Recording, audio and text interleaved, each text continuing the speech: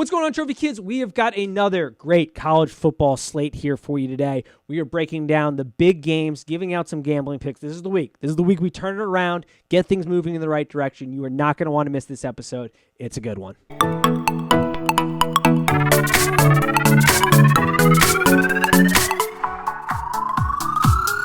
And welcome, Trophy Kids, presented by Bad News Media. It is Friday, September 23rd, and we are back to talk some college football. As always, I've got Dante here with me. How are we doing today, good sir? Doing well. How are you, Nate? You know, I've been better. College football it's been pretty brutal. I take our losses pretty hard when I give out bets on this show. I put a lot of time in it. I will say this about myself. I have a proven record over the years. The fans and listeners who have been with us for a while know that we have never had a losing season on this show. I plan on this not being that season, but we are off to a rough start. It has been brutal. But you know what happened today? I woke up, and the fall chill was in the air for the first time. And just like in Field of Dreams, when the corn talks to the guy to build stadium, that fall wind came in and said, bet the board. Bet the board, Nate. So we are attacking the board. You're going to hear the NFL podcast come out tomorrow on Saturday. I'm betting every game this week. We picked every game like we do every week. I'm putting money on every single one. We went 9-7. I'm not doing that in college football. Way too many games. But we are aggressively attacking the board. This is the week we turn around. This is the week the ship turns around and we get things going in the right direction because college football's it's been brutal right now to me right now. What game last week was the most upsetting for you? That is a great question. I know a game yesterday was upsetting for you. Man, Virginia Tech. Oh, God. What an absolute just disaster. I mean, I that was a silly bet. I bet it. I bought too hard. I'm from Northern Virginia. I bet into the hype around the atmosphere, which is in Virginia Tech's atmosphere. It's gotten way more publicity recently, especially with social media and the posting of Enter Sandman. But it is long, I've said, been one of the most underrated college football atmospheres in the country. It is. There's nothing else going on in Blacksburg, Virginia. It's just a madhouse. It's awesome. But that team.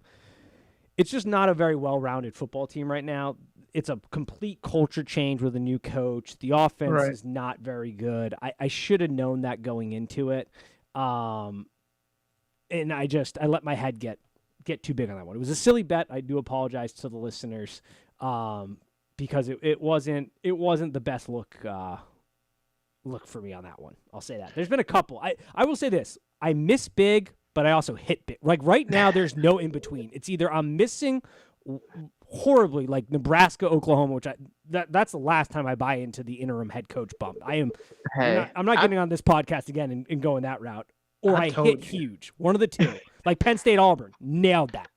Big win. So it's just hitting big and losing big right now. There's no in between last week.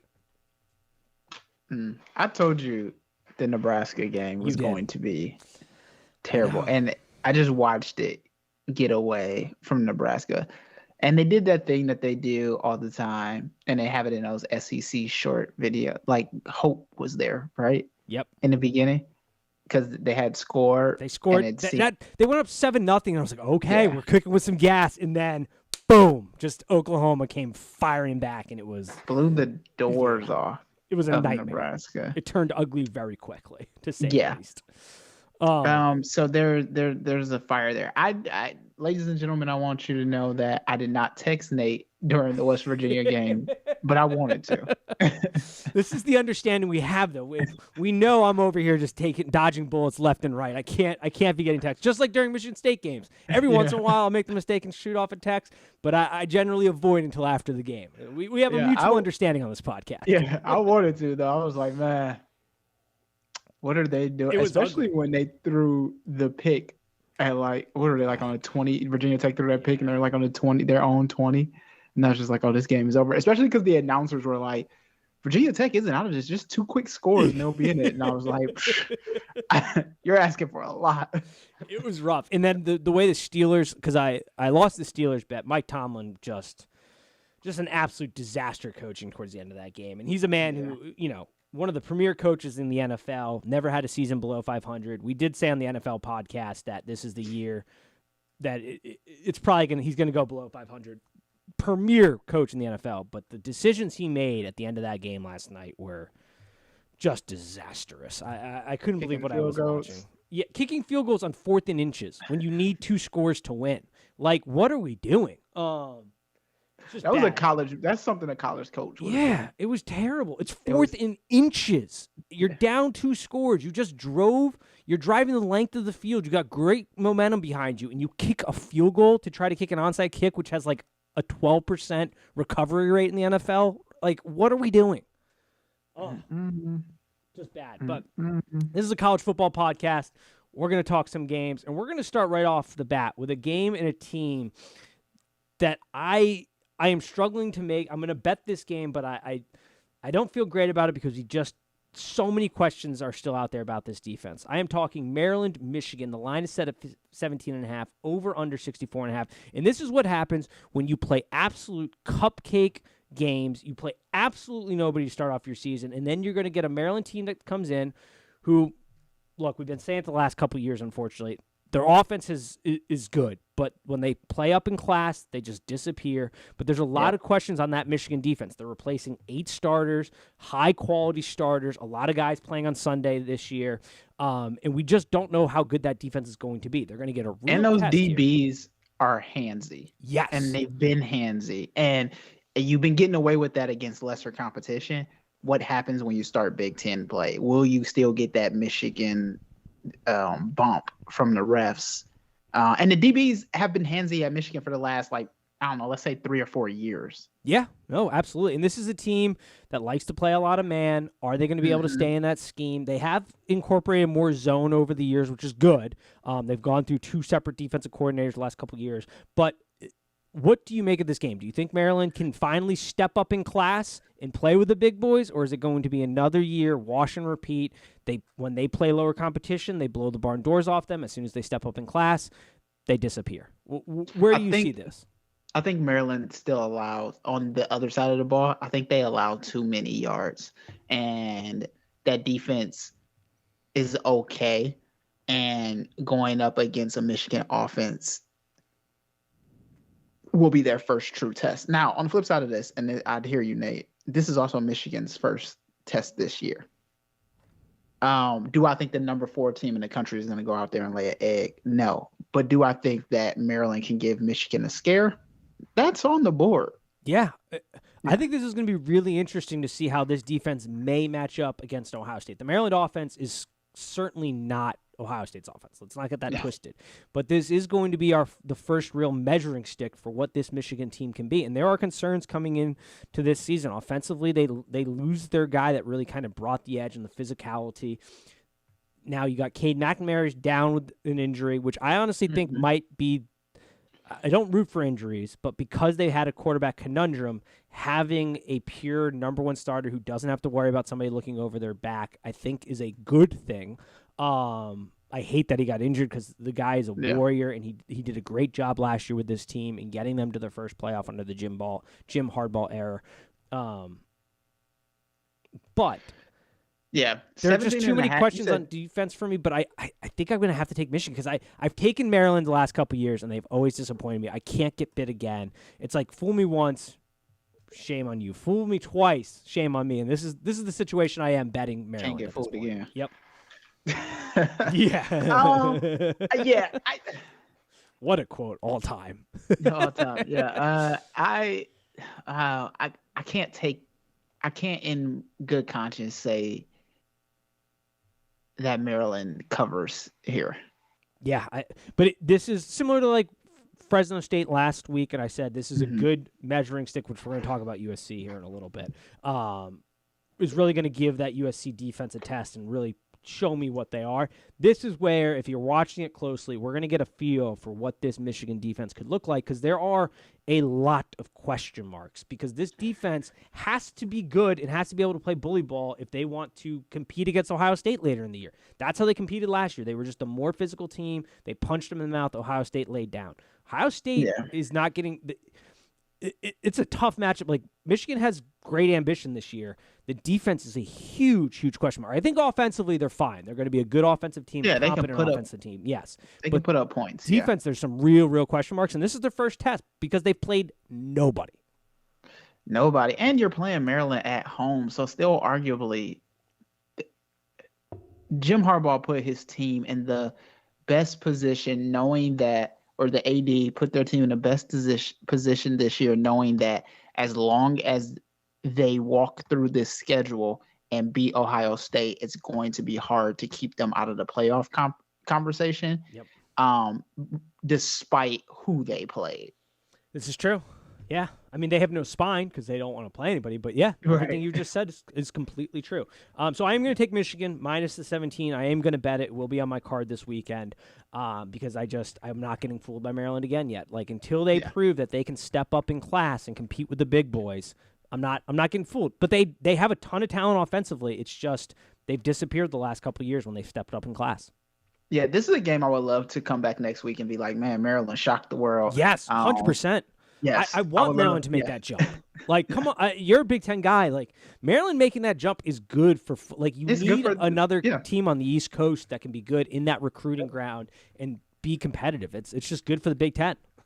Yep. Absolutely. All right. Clemson, Wake Forest. The line is set at 7.5. Over/unders 55.5.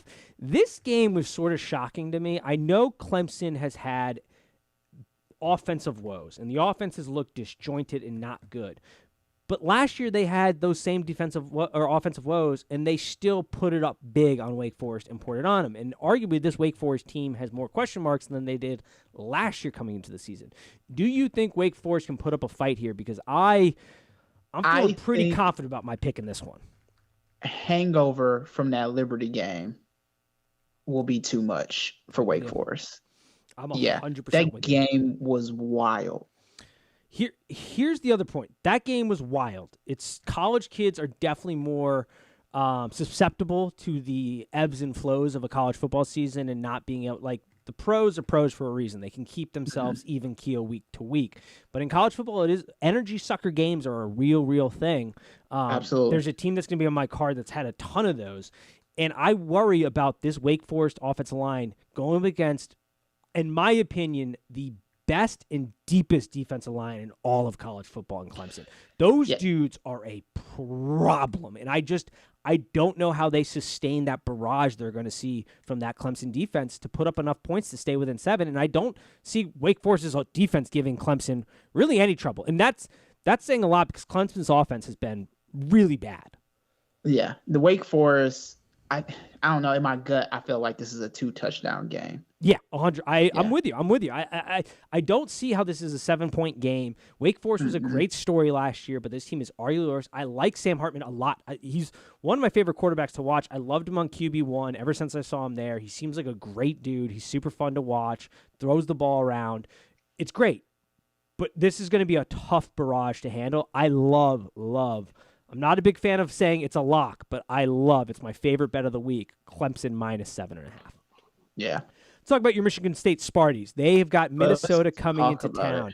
Minnesota seems to be flying under a lot of people's radars now. They are going to be without their number one wide receiver, but this is a team that seems to be flying under the radars of a lot of people. This offense is humming a little bit. This is a good competitive football team. They're coming in to play Sparty, who just had a brutal game in Washington. Penix Jr. just owns Michigan State at this point with what he's done at Indiana and now Washington.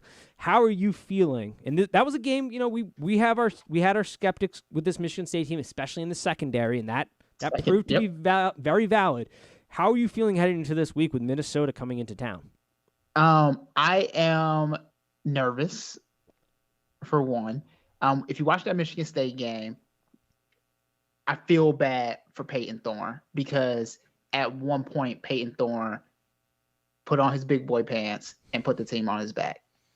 And it was too little too late. That was not Peyton Thorne's call. That was coming from the two coaches. And I don't know if it was coming from Mel. I don't know if it's coming from our offensive coordinator. We'll talk about Scotty. I could talk about him on the defensive staff. But he can do it. So here's the thing. If this game starts And you can't get this is no diss to our running backs. It's just a different scheme from last year, right? Yep. If we start this game and Minnesota doesn't want to give up the run, then let Peyton direct traffic. Let him do that. Because the other thing I think Michigan State forgets sometimes is if he throws the ball enough and people are looking for the wide receivers, then yes, there's the run. Then the run game can be opened up. Yeah. I think the script has to be flipped from last year where the run opened up the pass.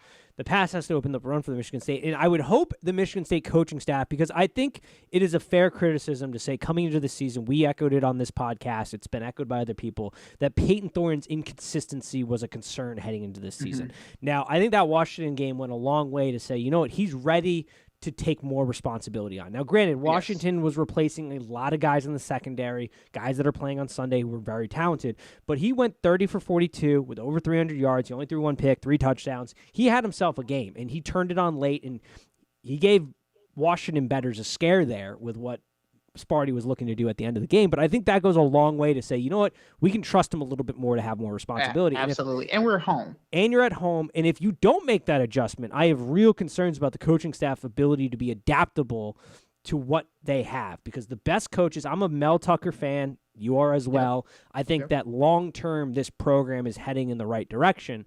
Absolutely. But if you can't be adaptable year to year, you're not going to last long in college football. Like, yes, there are schools that like Wisconsin that grow a brand and identity and they stick to that. But Michigan State can't afford to do that. They're not a program that can recruit to that. They have to be a little bit more flexible. I'm not saying change the entire scheme, but you got to adapt to what you have. And we said this on this podcast too, and Tim was a big proponent of this, is that the other thing that we have to understand about Michigan State this year is this is another transition year for Michigan State. And last year, Michigan State got lucky, but we were put into a lot of favorable positions last year to make our record a little better than it probably should have been last year. I'd agree with this. That. This is still a transitional year. I think next year, if you're coming out there with bad DBs and corners, if your linebackers aren't set next year, then yes, there is an issue. The secondary is soft at Michigan State. It's been soft for the last 3 years at Michigan State. If Michigan State wants to play with the big boys, because I make this same criticism about any team out there. If you want to play with the big boys, then you got to pay your offensive coordinator and your defensive coordinators like you pay your head coach. Yeah. And that's just it. The teams that open their checkbooks for their coordinators stay longer and they do better. I mean, hell, look at Clemson. Look at how long they were able to keep those coordinators off the market. And I've heard the criticism that Michigan State doesn't want to do that because then you lose them the next year or the next 2 years. But that's just something you got to. Yeah, and some will stay. I mean, heck, look at Jim Leonard, the guy that I've been banging on the table to take a head coaching job. He's turned down jobs because he likes the situation he's in right now. He's going to wait for the perfect coaching situation to open up, and he's getting paid well. Look at Clemson and how long those coordinators stayed with Dabo because they were paid well, and they liked the system they were in, and they had the opportunity. So there is also the argument that if you pay your coordinators well and they do really well, they may stay because coordinators are becoming smarter nowadays where they see these schools with short leashes and they go, you know what, I'm going to wait for a better opportunity to open up where I can go and be a head coach at a better opportunity than taking kind of the lower bearing fruit. I think it's also a reflection on Mel Tucker specifically if the DBs do not improve, because this is something we said going into the season. The DB situation was so bad heading into the situation that Mel Tucker said, I personally am going to start coaching these guys and taking on that responsibility. Now, talent is lacking. So I was about to say, talent, But if you don't see improvements, and I'm not talking they're going to be shut down, lockdown corners, but there has to be scheme improvements, and you have to see growth in that position group over the next 2 years. Otherwise, questions I think are going to start to be asked about Mel Tucker and his ability to coach this football team, whether that's fair or not, because he's taken that ownership and he's come out and said, that is my group. I am focusing on that group. I am coaching that group personally. Yeah, I still think it's a talent issue there with I agree. Also, too, next year, if you don't go in that portal and get you one or two, I will be very upset. I'll say this for the people, the non-biased take on this for this Minnesota game, right? It's a field goal game, right? Mm-hmm. The defense will not get better on Saturday. That's not going to happen. So what you need to be paying attention to is how well Peyton Thorne plays. I don't disagree with that. And I think the reason that I am going to be backing from a betting perspective, and I'm sorry to do this, but it just is what it is, it's Minnesota Gophers for me because Alex Morgan is having a quietly great season right now. This Minnesota team looks like a cohesive unit in the games I have seen so far. Now, Tanner, sorry. I said Alex Tanner. Yeah. I'm thinking of the soccer player. Tanner Morgan's been having a quiet now. His responsibility, he hasn't had to throw it as much. There's great running backs. Yeah, their running Muhammad game Ibrahim is so great to see him come back from the injury last season and be just as strong where he left off. But Morgan is when he is called upon, is doing the right things. This offense and defense are quietly having really good seasons. This is a tough test for Michigan State. I think if you guys come out keeping this within a touchdown, I don't really believe in moral victories, but I think that's in the right direction. If you win this game, that's great. Tucker, but it's going to be tough. Tucker is 5-2 coming off bad losses. So pretty good. Take like that. Yeah, take that with whatever it may. I think this game being, I think Vegas has this right. This game being a field goal game feels about right. Yeah. Yep.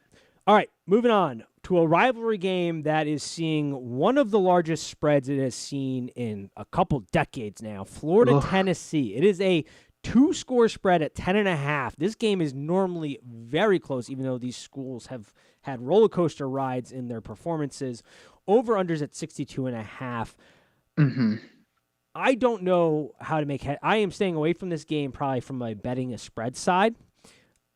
I have a take on the total, but I want to get your opinions first here. Now, I have been a very bad total better this season. I don't think I've hit a total yet. Did we call that last total right? I don't remember what it was. Where we were like, that's way too many points. Probably not. I don't know if I've hit on. I don't think I've hit on a total bet this season, but I do think an under is sort of favorable here because. So I look at this and I'm just like, I don't know if they're going to score this many points in this game. Yes. Now, I think Tennessee might. I have real concerns about Florida's ability to stay in this game because the pace at which Tennessee plays at is so great, and Florida is lacking a lot of depth defensively. That defensive line already is shaky. There isn't much behind the starting guys. And they needed a prayer to beat USF. Correct. And I mean, you have a quarterback right now in Anthony Richardson who has more tackles than touchdown passes. He has 3 tackles and 0 touchdown passes. So it's not good. And he has come out and this is fair. I don't disagree with this, that he has been limited in his ability to take off and run and be physical because there isn't depth behind him because their backup quarterback is banged up right now. So they are trying to protect him a little bit more. Yeah. But that is what makes him so versatile, is his ability to take off and just run right over you, similar to what Cam Newton was doing. Now, Cam Newton was a better thrower and passer in college, but it's similar where he wanted to get the run going to open up the pass game and be that versatile dual-threat quarterback. Anthony Richardson has not been able to do that as well, as also he can't really throw to the middle of the field. So I have a lot of questions about whether Florida's offense can score and whether or not that defense can just purely have a conditioning to stay with Tennessee in their blazing fast pace. Yeah, I know Napier is aware, like painfully aware of the issues at Florida. Yes. I don't like Tennessee, but man, if Hooker is not out there just doing whatever he wants to do. Just having his way, I think, with this team. I just think he's going to have his way. Now, I'm not going near the spread because this game has chaos written all over it. Yes, it does. But I think I like the under here at 62.5. I feel bad for Anthony Richardson because we talked about this last week, right? Yes. Like the talent is there. Yes. It's clearly there, but it hasn't been refined. Like you made the point last week, like he needs to like take a year off and just do a quarterback coaching camp and then come back to school. Learn how to throw with some touch on the ball and some finesse. Learn how to pick and choose your spots in the middle of the field because they're basically avoiding him passing completely to the middle because they just don't trust him right now. So when you limit a quarterback's ability to the area of the field in which he can throw, it makes it so simple for defense to just go, okay, we just have to protect the boundaries because he's not attacking the middle of the field because they don't trust him to do that. So once again, it sucks because I think the talent there is there for Anthony Richardson. It's just the reps aren't yet, and he just needs to have more in-game experience and just more time, to be honest. I think he'll be a good quarterback in college, but I don't know if he's going to be afforded that time with how he's playing right now. And the SEC is just like a bad conference to try to develop a quarterback like that, right? Yeah, it's tough. You don't really have the luxury. Yep. Yeah. So, because even your out-of-conference games are going to be real game for the most part. You're going to have maybe one cupcake game unless you're at Alabama. So, yeah.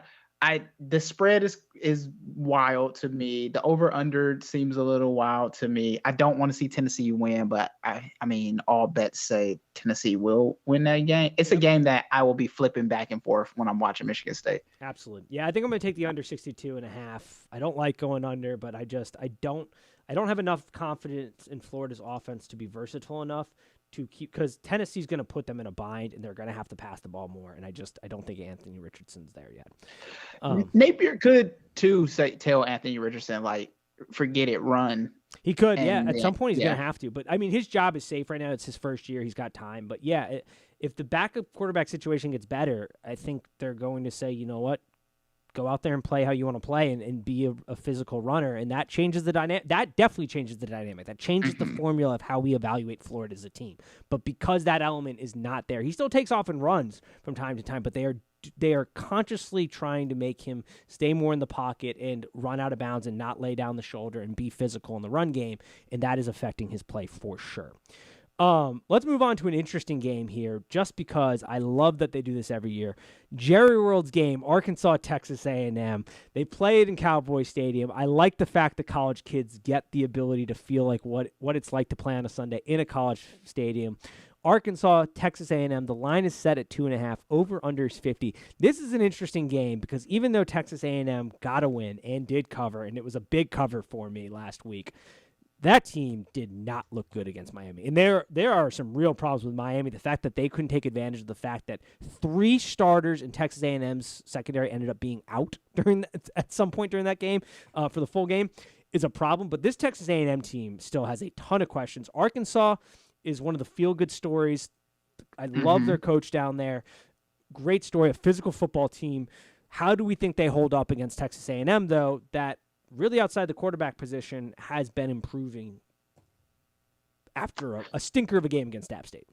That App State game is the like dark cloud for me on this. But man, do I feel like Texas A&M is going to make this game muddy. And if Arkansas isn't paying enough attention, Texas A&M can win this game for sure. Yeah. This game will I like Texas A&M in this game. I think since making the switch to Max Johnson, it becomes a much better proposition to take Texas A&M. Haynes King was just not the guy. And he had ample opportunity to show that he was the guy. Now, granted, being the guy in Jimbo Fisher's offense is difficult. Jameis was doing it because he just had pure insane talent, but outside of that, it's difficult. This offense has not advanced since the 1990s. It's rough. It's an eyesore. I think I'm not betting this. You know what? Screw it. We're going to Arkansas for the feel-good game. We gotta risk it to get the biscuit this week, folks. We gotta shake it up, do something a little different. We're going Arkansas plus 2.5. Ladies and gentlemen, just for the record, they not have split on this one. We've agreed on most of them. Well, the Minnesota one, Michigan State, that you don't take. Ignore that one. But we've agreed on most on this one, though. We're splitting. So I do like Texas A&M in this one. I'm probably going to be wrong because Dante has been right every time we split so far this season. I got to risk it to get the biscuit. Again, ladies and gentlemen, too, the past 2 weeks, I have been right when we split, but that is uncommon. So it's good. You've been keeping me in check. We can't get, otherwise I'll get way too wild on this podcast. Let's talk about a game that the spread indicates a wild game, and it could very well be. It is the premier game in the Big Ten, premier game this weekend, Wisconsin, Ohio State. I believe it is a blackout in Columbus. The spread is at 18.5. Over-under is 56.5. Is there a prayer in hell that Wisconsin can be competitive in this game? Because this is another team that over the last couple of years, Ohio State has just had their way with them. If CJ throws more than one interception, yes. And he is prone to throw interceptions. I don't think he's thrown one this year, but he's prone. I can't remember. He may have thrown one in the Notre Dame game. I can't remember. Yeah, he may have. With that said, I think this game's a blowout. It's hard. It's hard because Jim Leonard, who I think is, I love Jim Leonard. If you've been a long-time listener of this show, you know my thoughts on Jim Leonard. I think he's fantastic. I think his coaching career ahead of him is very bright. But he is tasked with a very difficult job this year in replacing. One of the reasons Wisconsin has been so good defensively is they've always had a good blend of veteran and new guys, and they've never at some points over the career they've had to replace big chunks of the offense, but they're replacing 8 guys and really quality guys, especially in the secondary. And they went into the transfer portal, and they got a lot of guys in the secondary, and I don't know if he fully trusts them yet because they have been less aggressive based on pure eyeballs. I didn't look into the statistics, but they have felt less aggressive because the Wisconsin defense has always been, we're going to man you up, we're going to blitz and get pressure, and that's how we're going to beat you. And they've been very successful at that. But it does feel like they're not doing that as much because, and I'm assuming that's because they doesn't trust the secondary, and the personnel isn't there right now. Yeah. And so that's scary. That's a scary proposition heading in against, I think at this point, the best offense in college football. They had a tough game, but the only way. And this is the other thing, too, is the thing that gave them fits was that too high safety look that Notre Dame rolled out in week 1. I don't know if Wisconsin's going to do that. I hope they do. I don't think they can do that. Yeah. It's an interesting – I don't know what they're going to do. And then offensively, I don't know. I can't buy into Graham Mertz again. But there are some signs that the offense is a little bit more competent. But I can't do this to myself. I did it last year, and I can't do it again. He disappears against good talent. Yes. This is the Maryland proposition all over again. Yeah. Fool me once, shame on you. Fool me twice, I can't get fooled again. So yeah. Graham disappears. He is, for all intents and purposes, he has the tools. He has the vision. Yep. It's just he doesn't have the wide receivers, arguably, but because they, for whatever reason, can't get great wide receivers there, but. True, that is true. It's because they were looking for the running back at Wisconsin, which their running game is. And there's real questions about Paul Chryst's ability to come up with a complex offensive scheme. He keeps it pretty simple. Yeah. This is the other thing about Wisconsin, and this is nothing. I'm going to say this, and I have Badger friends. People who've graduated from Wisconsin. Wisconsin is a fine school. Madison is a great town. It's time for you to move on from Paul. Yes. The game has passed him up. And it's okay. It is we as a team who had to do this with D'Antonio. It just happens. This is what I was saying last year. I was saying, you don't want to hear it, but Jim Leonard, I think, is just the natural successor. He's the only reason Paul Chryst has a job at this point because the defense has been so elite over the last couple of years. It's the only reason they've been in games because the offense, and he's the offensive guy, and he's taking control of the offense. It has not. I honestly can sit here through Paul Chryst tenure and go, I don't really know what he is because it's not consistent year to year. It doesn't progress. It's very reliant on making sure you have the guy at running back, even though you have the highest rated recruit at quarterback you've ever brought in, and you still can't really develop him. It's a tough situation because on one hand you go, we're consistently good enough to be talked about in the national spotlight, but we're not consistently good enough to break through. And that's a problem. So if you're okay with being that level, then keep Paul Chryst. But if you want to get better, I think it's time to risk it and go with like a Jim Leonard type and see what you can get. And you can give Paul Chryst like a sanctimonious send-off. Like, it doesn't have to be a bad thing. No, not at all. He's won you a lot of football games. He's kept you really competitive. He's given you good times. You can build him a statue if you want. You can call the field Chryst Field. You do a lot of stuff. Yeah, but it is Jim Leonard's the reason he's still a head coach there. Because if Jim Leonard wasn't his defensive coordinator, I think he would have been fired a long time ago. So I think I'm not betting this game. I'm staying as far away from it as possible. But I think this could turn really ugly if that Wisconsin offense can't get going early. Because the other thing is that Ohio State defense, to their credit, is ahead of schedule, in my opinion. Jim Knowles is a great defensive coordinator. Yep, Knowles. We outlined this, though, early in the season, that the first year he's out of school, the defense typically takes a step back. Now, we were interested to see if that would be the case this year because the talent is arguably better. Ohio State's biggest problem last year seemed to be that they just weren't they were just getting blown apart just physically. Like they didn't want to relying on their offense. Yes. Too. And this year it seems the mindset has changed. It's more cohesive. It's not a perfect picture yet, but it's a much better unit in my opinion. So they're ahead of schedule. That's scary for this Ohio State team coming down the train tracks. Yeah. All right. Last game, and then we can kind of go at random. I have a couple additional games that are going to be at my card, but last one we maybe talk about at length here. USC, Oregon State. You just can't stay away from USC. I love USC here. Not to bet, but I love talking about them because we are going to be the podcast that if you're listening to, you're at an advantage because this defense is bad. Now I think that's an understatement. Depending on where you are looking and betting, and I think you should do some line shopping. The line's at 6, 5.5. You may be able to get a 6.5. I hate buying points, but I would strongly consider maybe buying this to 7. The offense, I think we can all be in agreement, is elite, and it's just the Oklahoma offense. Correct, but the running game has been surprisingly better than I thought. I did not expect them to have a strong running game. They are incredibly balanced, which makes them even more lethal. But the defense is the problem. And the defense, if you just look at the box scores, you go, well, it's not that bad.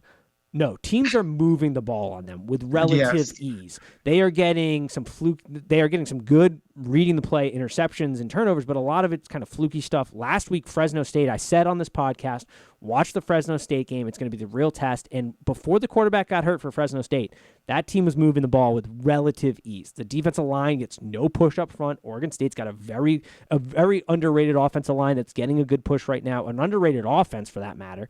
And I just don't see this over super high at 70.5. I have real concerns about Ohio State. Not Ohio State, USC. I think we need to rein back in the reins. They're ahead of schedule. The offense is great, but this defense is a real problem. Yeah, USC is similar to Michigan State going into Washington. USC going into Oregon State. USC is a little overrated. I'm not saying that they shouldn't be ranked. I'm saying that they're a little overrated. Yeah. With that said, I don't think Oregon State, even if they're moving the ball against USC's paltry defense, I don't think Oregon State can score enough points. I think they keep this within a touchdown, which is why I don't hate buying the 7 to 7. I'm taking the number at 6. I may buy it to 7. I don't think this defense can hold them out. That's my problem. Is I have no faith in this defense to hold out an underrated Oregon State team. And a team that history has not been kind to USC when they've traveled to Beaver Stadium. True, that is true. And history, and no, you're fine. The Kentucky, Florida, I did the history there. Yes, and I'm gonna go against history on this one.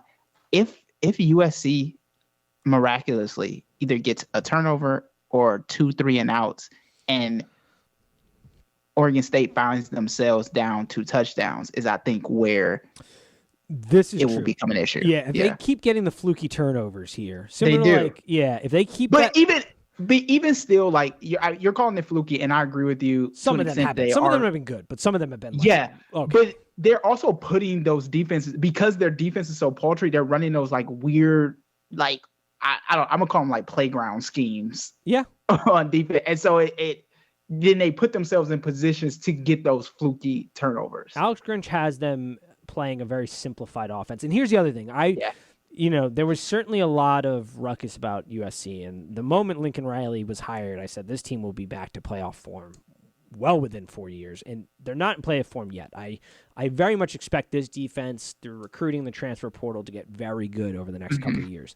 But right now, in year 1, this is an offensive playoff team, but this defense is just brutal. I mean, I would argue they're outside the top 50 in defenses, and you might go, "That's crazy, Nate." But this defense, they might be really, really bad. outside of the turnover margin. So, yeah, I just think Oregon State can stay. Now, granted, this is relying on them not turning over the ball. They're going to stay within 7. So the number at 6, I don't hate. It's a little risky. I'd buy the point to 7 and call it a day. That's where I'm at with this game. A couple other games I have on my card. I don't know if you have any others that you want to talk about. But no, I the only thing I want to talk about is that Central Michigan Penn State game is at like 28 or something like that. Yeah, that seems wild to me. 28 seems like a lot. Yeah, I mean, they're definitely getting a bump from going down to Auburn and just knocking the snot out of that Auburn team. I mean, my God, which I am such a fan of because the SEC hype machine kind of gets outside of head itself. I would love, because we see it in college basketball. We talked about this last week. I would love if the SEC and the Big Ten could get some type of agreement going where like one out of conference game is geared to playing a team. Now, the Ohio States and Alabamas probably won't do that, but sort of the middle tier, the Penn States of the world, the Auburns, Arkansas, like those Michigans, I would love if they could do that because I think it's really good for the sport. I think it's good to have those kind of matchups early. I love that Penn State and Auburn did that. I give them all the credit in the world. Like, that was a fun matchup. Especially get a home and home.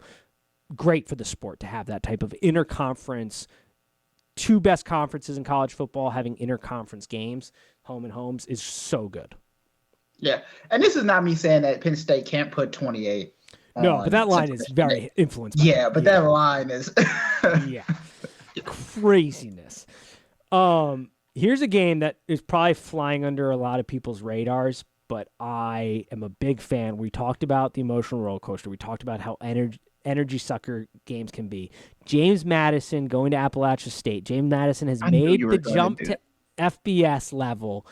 It's at 6.5. Some shops have it at 7. If you can get 7, take the 7. Make sure in today's world, when there's plenty of options betting wise, you're checking the lines at various books. Don't be just subject to one book. James Madison was an extremely good FCS team. They've made the jump now to FBS level. Mm-hmm. And this is a team that defensively and offensively is performing at a high level. Now, granted, their competition has been on the lower scale so far, but App State has had a emotional run of it. I mean, we got the Hail Mary last week. We got the Texas A&M upset. We've got the UNC just firing shots back and forth, high-scoring game. James Madison presents a real challenge here for them because they are just a very well-rounded football team, both defensively and offensively. I like taking the points at 7 if you can get it there, 6.5. I like taking the points, James Madison here. I think this is a team that may catch this App State team at just a good week. I like that take. James Madison's defense is very stingy, but like you said, their competition hasn't been stellar. I'll have to agree with you that like the scare is there. My gut is still saying that because of the talent that App State has played, they should eke this win out. But it might be a field goal game. Yeah, I mean, it's a good team. I like this game to be within a field goal, so I'm taking the points. I like the points in this one. I also like, and it's a big number. I got to see where it's gotten to. But I went and watched Kentucky live, and I have a ton of question marks about Kentucky. Mostly that offensive line, which did sustain an injury. It is not good. It's not a good deal down there. They were getting pushed around by Youngstown State. Eventually, towards the end of the game, when conditioning really came in, and because they're just a superior team, that's when you could really start to see them take over. But early in the game, Youngstown State was eating that offensive line's lunch. But they are playing Northern Illinois this week. Northern Illinois is without their starting quarterback. And Mark Stoops was very honest and open about how that performance was not to par with what Kentucky expects. I expect them to come out here with kind of their hair on fire. It's a big spread, but 26.5. I'm taking a flyer on them. I'm probably going to regret this, but we're going to go Kentucky, 26.5 spread on that one as well. I like that right there. And I may add to the card, but those are my bets as of right now this week. Also, can we talk Northwestern real quick? They're playing Miami, Ohio. That's another spot where they're a 7-point favorite. outside of the game in Ireland against a terrible Nebraska team, as we are learning, this team is bad. And Miami, Ohio is a quietly team that can similarly. I don't necessarily think they're going to win, but they can surprise you and punch you in the mouth if you're not being careful. No. I think Miami of Ohio wins this game. Really? Okay. This is the takes I like. Tell me more. For a couple of reasons. I live in Chicago. For you guys who don't know, and in Chicago, it is a melting pot of all the Midwestern schools. And when you look around, you see a lot of Iowa, you see a lot of Michigan, you see a lot of Michigan State, see a lot of Penn State, see a lot of Big Ten schools around here. I hedge to bet the next school that I see a bunch of is this red M for Miami of Ohio. And if you've never been to Northwestern's campus, and you've never been to their football stadium, it is a very small stadium that can be taken over by other fans very quickly. Very quickly. I was in that situation last year when Michigan State played Northwestern, and it very quickly became a Michigan State stadium. So, with Northwestern being this bad, and with there being enough Miami of Ohio fans in Chicago, and them smelling blood in the water, that's why I don't have any Miami of Ohio statistically. Right. None of that. This is all just a observation. I like it. I'm not going to bet the game, but I saw that they were a 7-point favorite. And I was like, I don't feel like they should be favored 7 points over anybody at this point. That team is laugh out bad.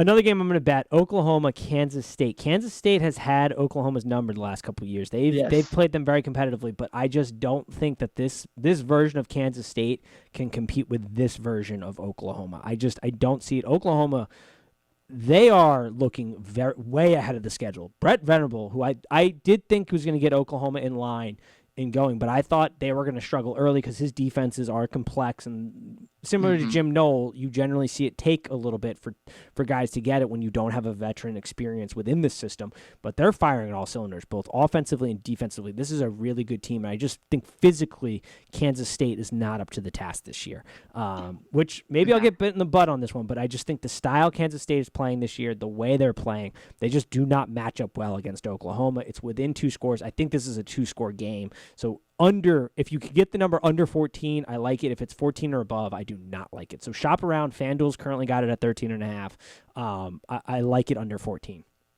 Yeah, I like it. Gabriel, I think, goes out there and just throws the lights out against Kansas State. And I've said this 1,000 times, but I don't think Kansas State can score enough points on Oklahoma. I agree.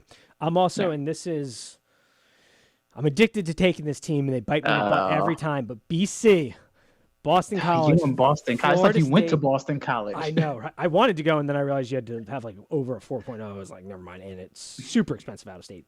Granted, I went to Xavier, but at least Xavier gave me some money. Florida State, potentially watching for the quarterback injury. I don't think he's going to start this week, and the number hasn't adjusted because of that. Even if he does play, he's banged up. I like BC. It's 17.5. I make this game more like 13-14. So that's why I'm taking it. I just think there's a value in the points there. I still think Florida State wins this game, but especially if their quarterback is out, BC I think can cover the 17. But man, BC, it's I'm addicted to taking them. I'm just addicted to taking BC. At some point, it's going to pay off. I think it's this week. Like I said, the wind spoke to me. The fall chill that came in this morning, it spoke to me, and it said, take BC Eagles plus 17.5.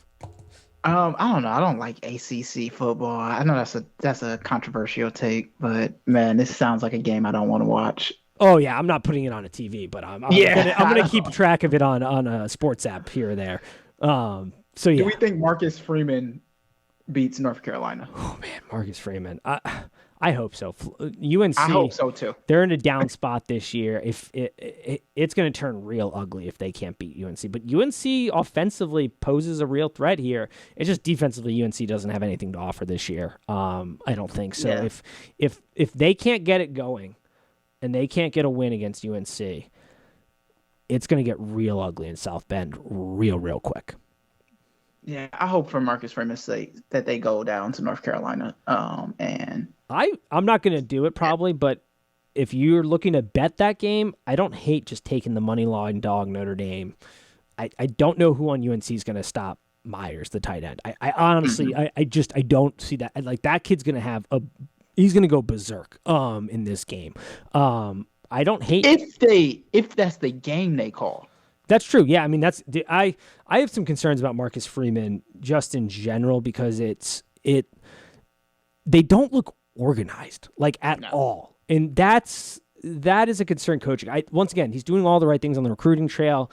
I also think you have to give him time, but like the table was set for you to be decent, not great this year, but decent, and it looks disorganized. And some of the coaching decisions have been rough. Now, granted, first time coach, there are some growing pains. But let's see how the season progresses. I think it's going to be a bad year for Notre Dame. Expectations shouldn't be too high.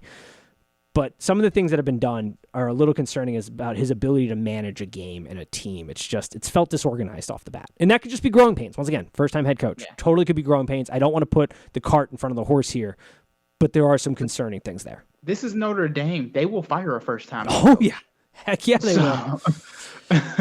That's why I'm hoping that Marcus Freeman, because I don't know. I hate to be the potential guy, but I think the potential is there for Marcus Freeman. 100% agree. Notre Dame is a hard school to coach at. I think potential is there. And like I said, I don't want to put the cart in front of the horse because there have been some very concerning coaching decisions and the disorganization's there. Absolutely. But he's killing on the recruiting trail. And once again, first-time head coach. There are going to be some growing pains. There's a lot of pressure at Notre Dame. I do think the potential is certainly there. It's just at this point in the season against a team like North Carolina, you have to show, even if you lose this game, you have to show some more consistency in your offensive philosophy, your defensive philosophies, and just the way the game is managed. Things have to start to get a little bit better here. Otherwise, they're going to turn real, real ugly. Yeah, I don't think he can lose this game. I'm going to be honest. Yeah, I don't know. Yeah. It's going to be a tough flight back if they lose this one. Any other thoughts before we wrap this up? No, that was it. Perfect. I like it. As always, happy betting, and I should have said, I'm just messing up the ending now. My brain's fried. This for a few years. It's 8 o'clock. I just recorded the NFL podcast before this. We did college right after that. College was coming out tonight. So if you're listening to college, the NFL will be out tomorrow. But as always, peace. Peace. All right.